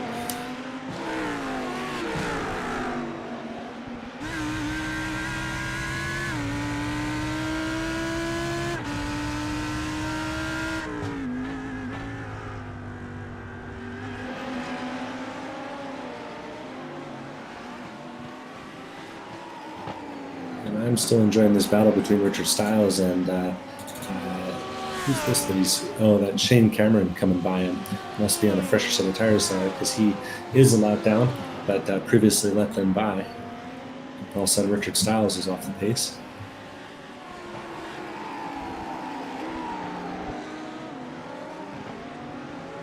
That Lamborghini looking a little bit worse for wear, especially on the left rear quarter there.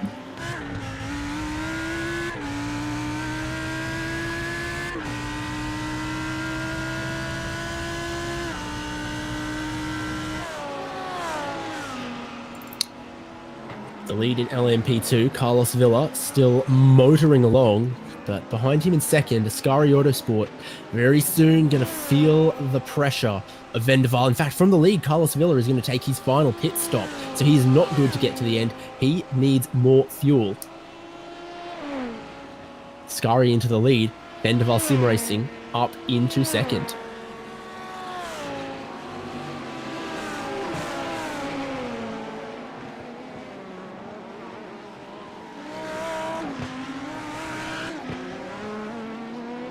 And things have really kind of shaken out all the way throughout the field. Lots of cars doing lots of racing, but not a lot of moves for position happening right now. There's been one or two, because BS competition are having to charge through. Nathan Lewis has been matching the pace that Ryan Barneveld kind of set down earlier, but not from the same glorious pole position starting. And we are seeing, to be fair, we are seeing Jack Harrison putting some pressure on the Empire Racing guys, with John Derrick still behind them.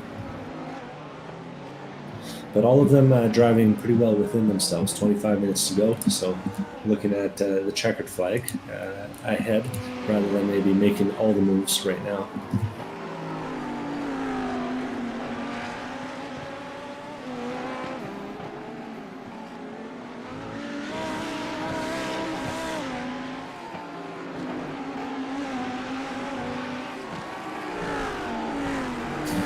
So Empire Racing are currently second in GT3. How long is their fuel going to go here? With Ronan SimSport right behind them and Fats End Engineering keeping the pace there. All three of them have opted for the endurance lighting package. But only two of them have opted for the endurance racing pit stop. Roman SimSports made a stop, but the other two haven't yet. So it'll be interesting to see if those other two are able to make 1 hour fuel last an hour 40 with a little bit of help from the race control there in the middle. I'm going to say that's probably too big of an ask, but I wouldn't want to bet any money down on that one. We do have a couple cars on the pit lane.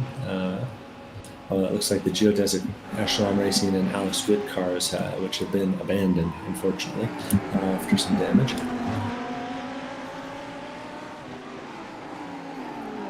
fourth place, still keeping pressure on third in GT3 here through the fountain section. That didn't look so hot for Ronan. That's an engineering and John Derrick keeping him honest. And you got to think that the cars that haven't pitted yet are going to be a fair bit lighter than Jack Harrison is in the middle of that sandwich. So they ought to have the advantage in terms of pace at this point in the race. It was Gabriel Erdelier who drove the car in the first half of the race for Ronan SimSpeed. I'm going to posit that maybe Jack Harrison doesn't quite have the same speed that he had. That's why he's under pressure right now. Just avoids contact there. But it was a look from Fat Send.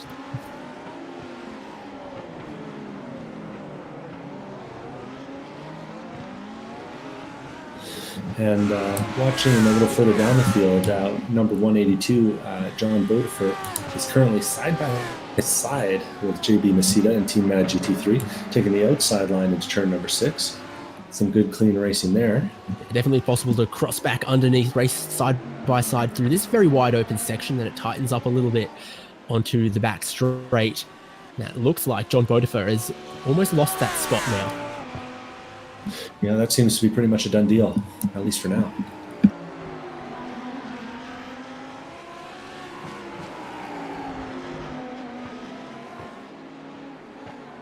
It's down to 1.5 seconds at the overall lead.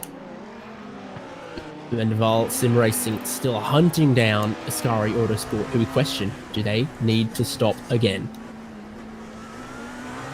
Who was second in GT3? They've needed to stop again because Ronan SimSport are now up into second. That was Empire Racing who've made their pit stop there. Yeah, with Shane Keiko behind the wheel. Had to take it the last time by. So it's out a little bit of the GT3 lead. The LMP2 lead, though, still a mystery. It's 2 seconds from the leader to Max Esterson. And they've been pretty handily pulling away from private label Team Hype. Joshua Chin, I think, who, you remember at the restart, picked up a little bit of damage, and I think that's just haunting him. Your leader's got traffic at the fountain, and that sees a lot of the time that they had in the lead evaporate. Traffic giveth, traffic taketh away on a street course like this, doesn't it? And they've caught the GT3 where they didn't want to, and that has cost them almost a second. And with more to come, you got to bet that those lights are probably already flashing. Esterson gets by real nice and easy, passing the GT3 leader.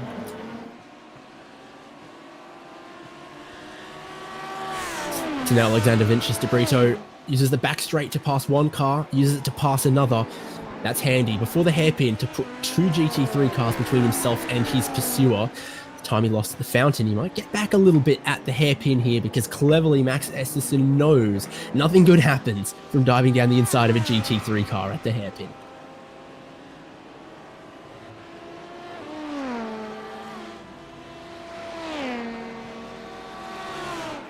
Steady waits for the pit straight where he's got a lot more horsepower, a lot more straight line speed. Breezes past both of them.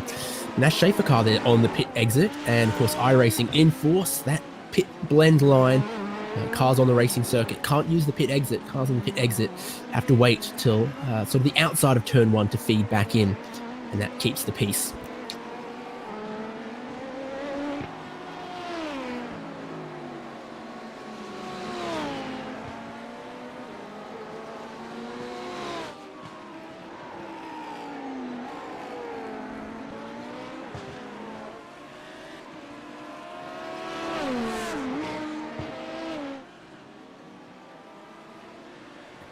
Esterson is still up at the front, chasing down that Ascari Autosports car. Both of them now running 112s, though, which is a little bit off the pace. A lot of traffic for them both last lap, though, if you recall. I'm not sure that's entirely representative.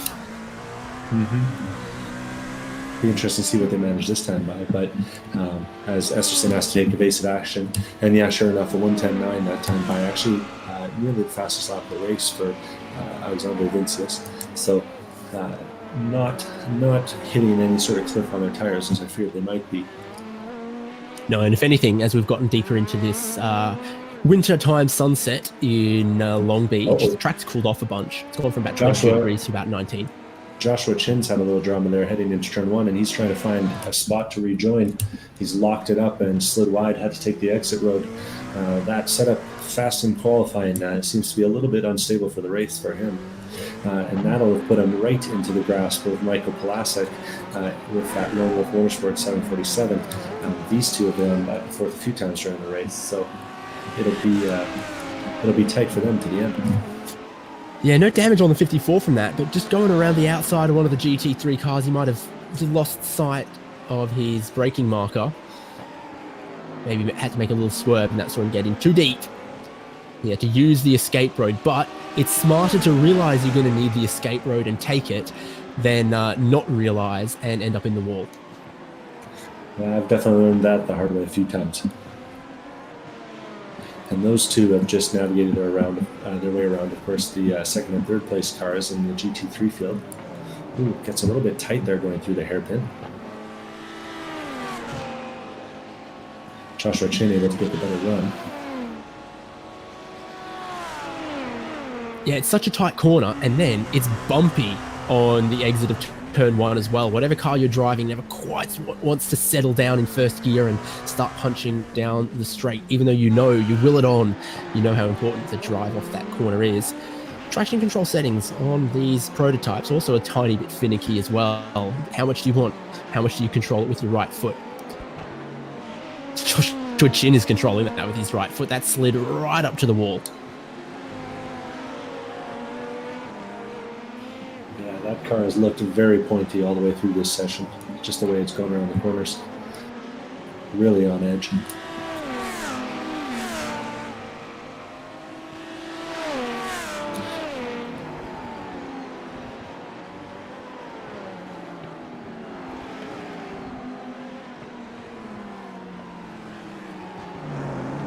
BS Competition, pole sitters in GT3, led a handful of laps, might have picked the safety car strategy wrong, but they are still flying along. They've got a very, very fast car, starting to catch Forerunner Motorsports and Empire Racing. The question mark on Empire Racing, do they still need to pit? I would say yes, they do, but I'm not sure. And they're pushing Prototype along out of the corner. Carlos Villa didn't get the drive that Blake Neck had. Blake Neck used his Ferrari. We do have a Ferrari here today. Pretty much only the Forerunner Motorsports car. Sometimes it happens in low grip conditions that the GT cars actually just pick up the throttle a little easier than the prototypes. You see it in the rain, and I guess you see it in first gear out of the hairpin. It is a cold evening here today, 65 degrees Fahrenheit, so that might be a factor. And that might actually explain some of the lap times we were seeing earlier from this BS Competition car, because I was concerned that Nathan Lewis was a bit off the pace. But actually, the last time by, he's managed a 1:18.1, and he's the only one in the GT3 field running that kind of pace, almost a half second faster than the leader and a full second faster than the cars ahead of him. So he will definitely be coming for these cars ahead of him. Starting to compress up here between what is 4th, 5th, and 6th in the GT3 class. If you remove Fats End Engineering and Empire Racing, assuming they need to take a pit stop, then this becomes a battle for the final step on the podium at the moment. And right on cue, there goes Empire Racing for the pit lane with 15 minutes to go. They're starting fuel an hour 25 minutes ago has run out, and there's smoke on the pit lane from someone else. Yeah, that's Alex Witt's car sitting there empty. It is finally left the ignition on? Yeah. It's where you got to get a teammate like Lando Norris who'll walk past and switch your car off for you. But clears up a little bit of this battle between BS Competition and Forerunner, and does let us know that probably Fats End Engineering in second in class are also going to need a pit stop to come up shortly. That would then shake it out that Team Eric Andre are leading, Ronin SimSport Academy in second, and Forerunner Motorsports in third, but being hotly pursued by Nathan Lewis, who's found his mojo, found his confidence, and clearly found a bit of speed.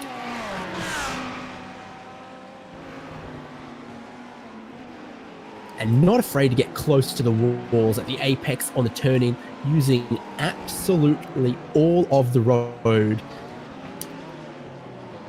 Alternative line through the hairpin, take a late apex, get the throttle down well in first gear. I think he did that very, very well, and he might have Blake Neck sweating a little bit when they come down towards turn 1.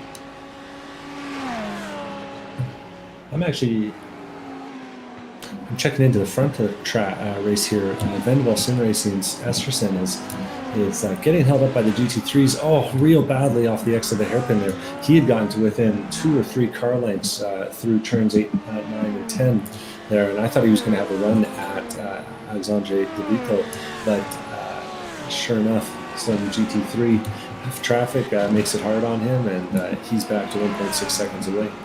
So check back in with the lead very, very shortly, because the pressure is still on there and Max Esterson is looking good. But at this GT3 battle here, a little bit offline for Blake Neck. Down the inside comes Nathan Lewis to park it on the apex, but has he done a good enough job? Can the long legs of the prancing horse come back for 3rd place in class? Nathan Lewis covers it off, and that is the BS competition car back up into a podium position, and only 2 seconds behind 2nd place, but 12 seconds off the GT3 lead with just 12 minutes left to go as the sun sets at Long Beach. Sunset's on the west coast, not something I'm familiar with in Australia, but I hear they're big about it. I got to think that car piloted by Nathan Lewis is going to have something for Jack Harrison too, because it's been almost a second a lap faster for the last few. So we've come to the close of this race. Those are the battles to keep our eye on. The overall lead. Does Ascari Autosport need to pit? And 2nd place in GT3. Does Nathan Lewis have the speed to catch the number 127? Evidence would say very likely.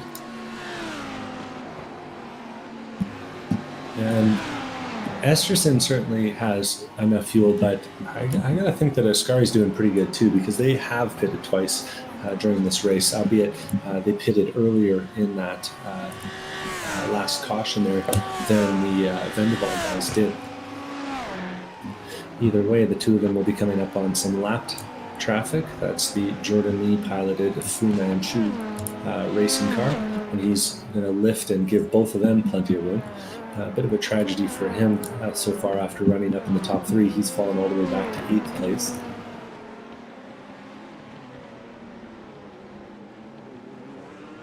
And is now no longer the final guy on the lead lap.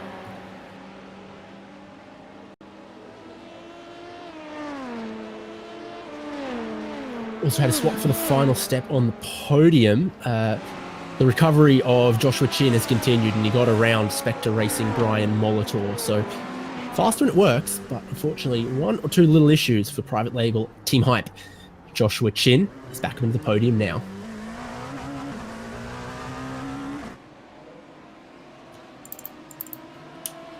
And honestly, Brian Molitor's got to be feeling pretty good about how this race is turning out for him.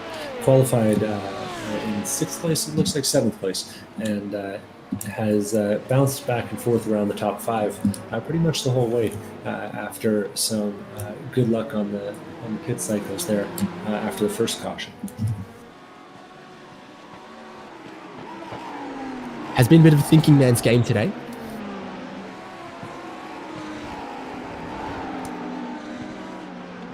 Looking now, 2nd place in GT3, though, as BS competition continue to try to recover up through the field. Bit of a check-up for their arrivals there in the Ronin Sim Sport Academy, as they are trying to get lapped by the overall leader and then lap a GT3. But the run looks good for Nathan Lewis towards the inside, towards turn 1.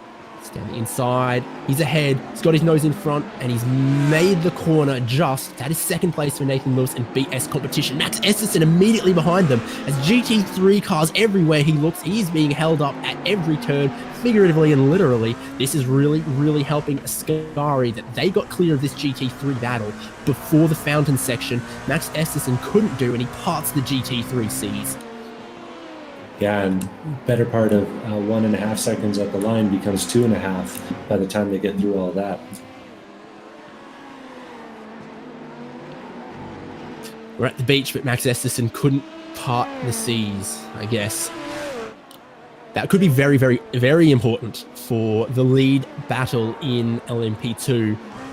Just 9 minutes to go. My watch, my clock says that's 7 laps. So the laps fly by here, but time-wise, not long left to go. Mm-hmm.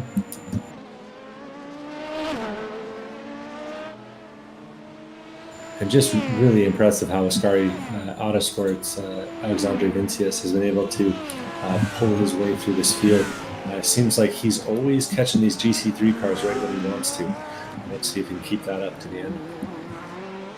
Yeah, we haven't had our eyes on the 146 all broadcast, but everything I've seen so far hasn't suggested he's been dive bombing the traffic or doing anything unsafe to force his way forward. He has just, in that case, on that time, been lucky that they were right in front of him as he went down the straight, and Esterson wasn't close enough. There's 3 GT3s battling in front of him through the fountain section, which forms 3 or 4 corners, a good portion of the lap there, where it is follow the leader, single file. There is not room to get through. Even if you get out in the weeds in the garden bed, there's not enough room. Absolutely, and the Ascari Autosports car passes Enrique Henry in the first place position in the GT3 field there. So photo opportunity, folks, and continues on. And the GT3 race, barring some sort of unforeseen tragedy, looks to be pretty settled for the top 2 on the podium.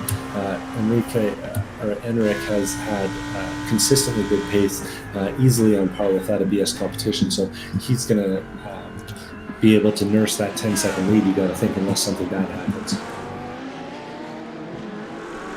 Yeah, the lap numbers say that he definitely should have the fuel as well. For Enric Andre, pitted under the caution, cycled back through to the lead. Played it well. Mm-hmm. Has never really... Oh, and we got a car sideways on the next straightaway. That's Shane Cameron, Village Idiots. It looked like he just, had a little drama on the way out of 7 there. Catches that bump at the top of the hill, swings back across, and another car blinking through. I wonder if that was a factor too for him. Empire Racing was around him. I'm not sure if that quite...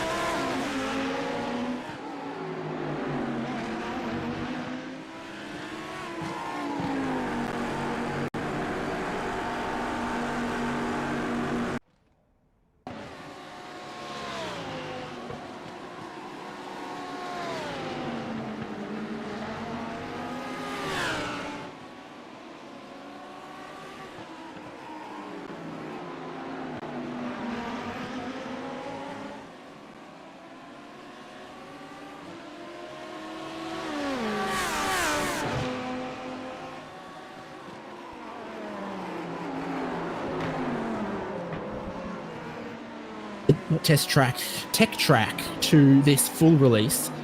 We've lost a couple of the traffic cones across the apexes, so there's less cones to exterminate around here now at Long Beach than there used to be for Jared Schuler. I think he's starting to just get away a little bit from the 51 and the 21 behind. There's an LMP2 car between. That might help Jared Schuler hold on to, well, it's not quite going to be it is going to be a top 10. I think there's a lot of pressure on Emily Jones here, though. A real good run here from Bruno. He must be running in some downforce there because he's driving by her like she's standing still. Is it? Well, there's a dent to the rear wing. There's a dent to the splitter at the front. And in fact, if anything is going to hurt your straight line speed,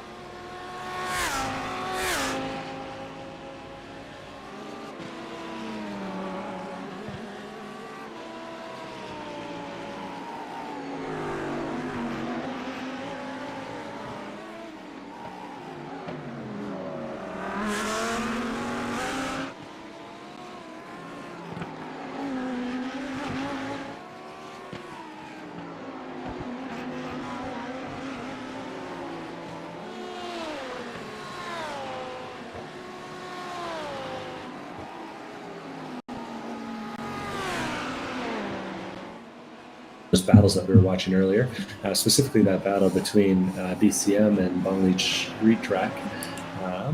And it looks like a little bit of gamesmanship ahead of him. We'll see if this slows him down. It has.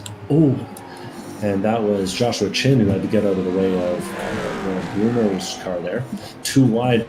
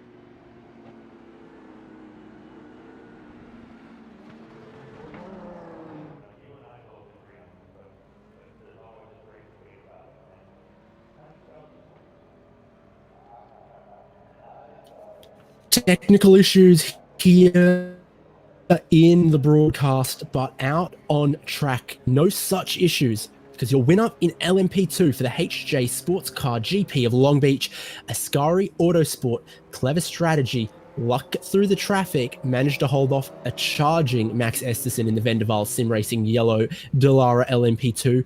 Rounding out the podium in that class is private label Team Hype. Joshua Chin managed to put in a strong final stint to use his fresher tyres than the opposition and get a podium. Meanwhile, in our other class in GT3, Team Eric Andre takes what might be one of his first wins in the Lamborghini Huracan GT3 Evo to be the GT3 winner. The French race clutch driver there, making an earlier pit stop in the GT3 pit window, cycling back through to the lead and holding on to it all the way through in the end. BS competition, your pole sitters, your early leaders. Unfortunately, the best they can settle for is second best. But they had the fastest lap of the race. They absolutely charged through the field to earn that second place at the end. And Ronin Sim Sport Academy get the third step on the podium.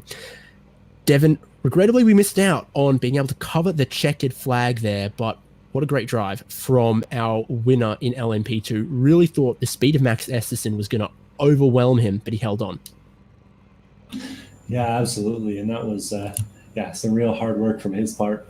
And then even there with an Eric Andre, I mean, he had a nice cushion after the way things shook out at the driver change, but he had to drive a real consistent race and not lose any time as he's letting the LMP2 field by, and he managed to do a very solid job of that. And looking at the last 10 or so laps there, he was within a few tenths every single one, so a real solid drive from the GT3 field too.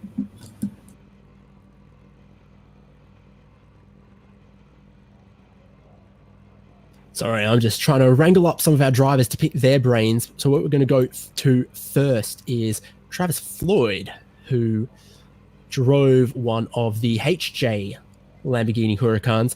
Travis, thoughts on this circuit in a big race like this, and how is that new Lamborghini doing in GT3? Hey guys. First of all, thanks for all the work you guys put on, all the work you put into putting these events on. It's fantastic. The course itself is great. They did such a good job with all the all the graphics, everything around the track. I mean, I had the tech track, and it was always fun to drive, but with the added visuals of everything else, it's a fantastic track to race. Really hard to pass, a lot of traffic, but really fun.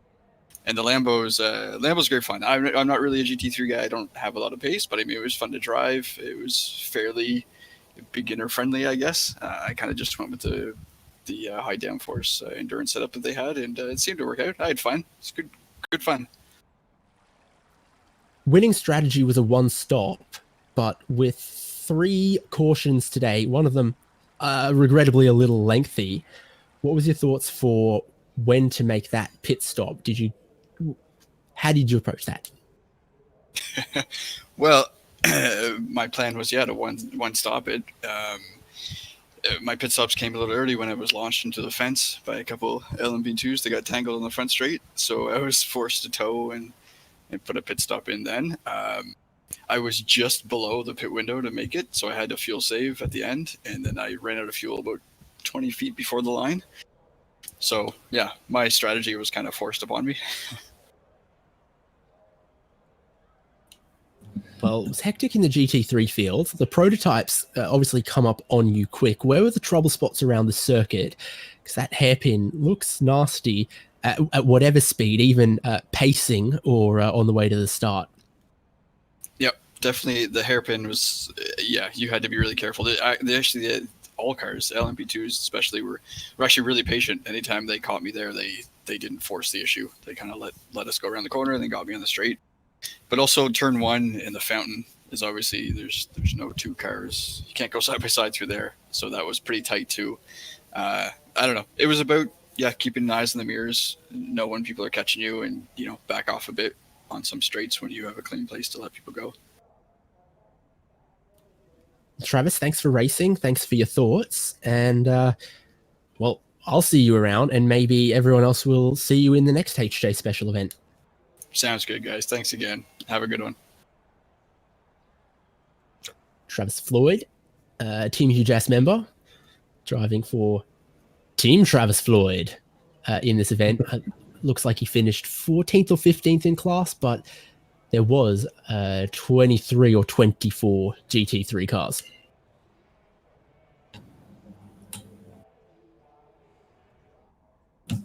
Yeah, a solid race here tonight, and I think that's going to about wrap it up for us, eh? I think it might have to. 1 second here, sorry. And that is all she wrote from the HJ Sportscar GP of Long Beach. Thank you to our competitors. Thank you to our volunteers on the broadcast in race control. To everyone who drove cleanly, gave us a great taste of what multi-class racing looks like at this Long Beach street course. I'm going to have to be so careful saying that one going forward. And congratulations, of course, go once again to our winners in LMP2, Ascari Autosport, and our winners in GT3, Team and Eric Andre for Race Clutch. Here on HJBC, we are live again Wednesday night for the Champ Car iRacing series from Laguna Seca. And of course, in the works, more HJ special events. And my goodness, are we going to have plenty to put on, because iRacing have announced a bumper crop of new courses that are going to be coming to the iRacing platform in the coming 12 months as well. So from myself, David Haynes, from Devin Peters alongside me through the whole broadcast, and Michael Derby, our producer, I want to thank you for joining us and hope you'll join us again. From Long Beach, though, it's good night.